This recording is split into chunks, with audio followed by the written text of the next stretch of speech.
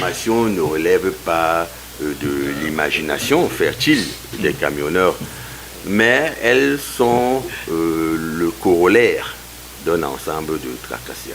Oui. D'abord, des tracasseries liées à l'état piteux et pitoyable de la route. Ah, c'est incroyable.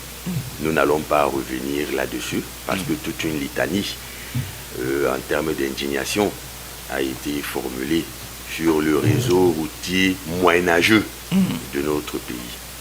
Ensuite, il y a la rapacité et la boulimie incroyable des forces de l'ordre qui ont transformé les postes de contrôle en véritables comptoirs commerciaux. Lorsque vous êtes interpellé, ce n'est pas dans le but de vérifier de l'effectivité ou de l'authenticité de vos pièces, mais c'est davantage de passer à... Il y a même un camionneur qui a dit quand votre dossier est complet, on le balance, on le jette là-bas derrière, c'est quoi ton affaire? C'est de contribuer à une espèce de quête quotidienne dont le montant... Surtout en cette période des fêtes. Le montant oscille entre 5 000 et 10 000 francs. Enfin, il y a l'insécurité. Au-delà de tout, l'insécurité marquée par le gangstérisme constitue toujours une priorité. Alors, ce basculement des revendications syndicales vers des réclamations politiques ou politiciennes démontre que l'élection présidentielle a laissé des stigmates qui sont encore vifs. Et une large frange des Camerounais était acquise au changement.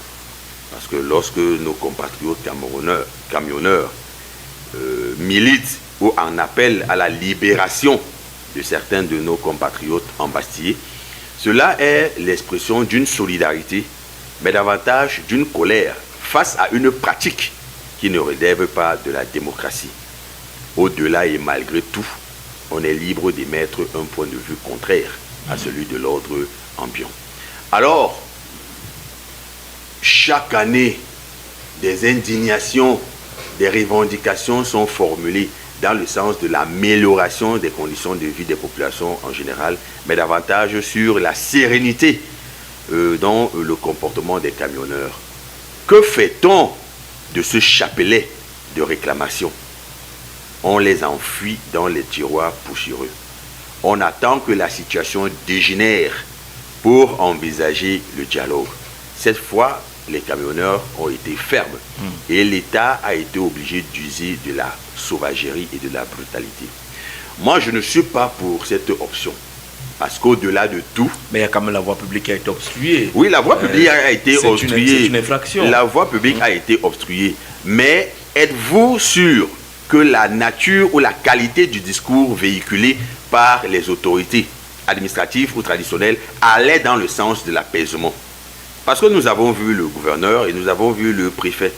Sont-ils allés dans l'optique d'écouter et de désamorcer le mécontentement des populations? Mais le gouverneur, puisque les experts... Ou sont-ils allés pour instruire ou donner des injonctions? Parce qu'il faut d'abord commencer par là. Mais on a écouté le gouverneur, lui, David Lobé. Oui, on a écouté le gouverneur tenir le discours officiel ou s'adresser aux camionneurs. Parce que... Et dès que vos revendications ont été prises en compte, oui, les premières mesures ont d'ailleurs été immédiates. Il y a des postes de contrôle qui ont été démantelés de ce côté-là. Mais que lui ne comprend pas le glissement de ces revendications. Il a même dit que moi, je ne suis pas sorcier. Je n'écoute pas les choses qui sont... D'accord. Le glissement est justement tributaire de l'inefficacité de la première approche qui a été la sienne, c'est-à-dire établir le dialogue. Dans l'un ou l'autre cas, lorsqu'il y a cet amoncellement de réclamations, on vire très rapidement vers la colère. Cette colère peut être brutale, comme elle peut être sournoise. Il faut que les forces publiques s'appesantissent sur les réclamations formulées par les différents corps sociaux. Les réclamations sont bien connues.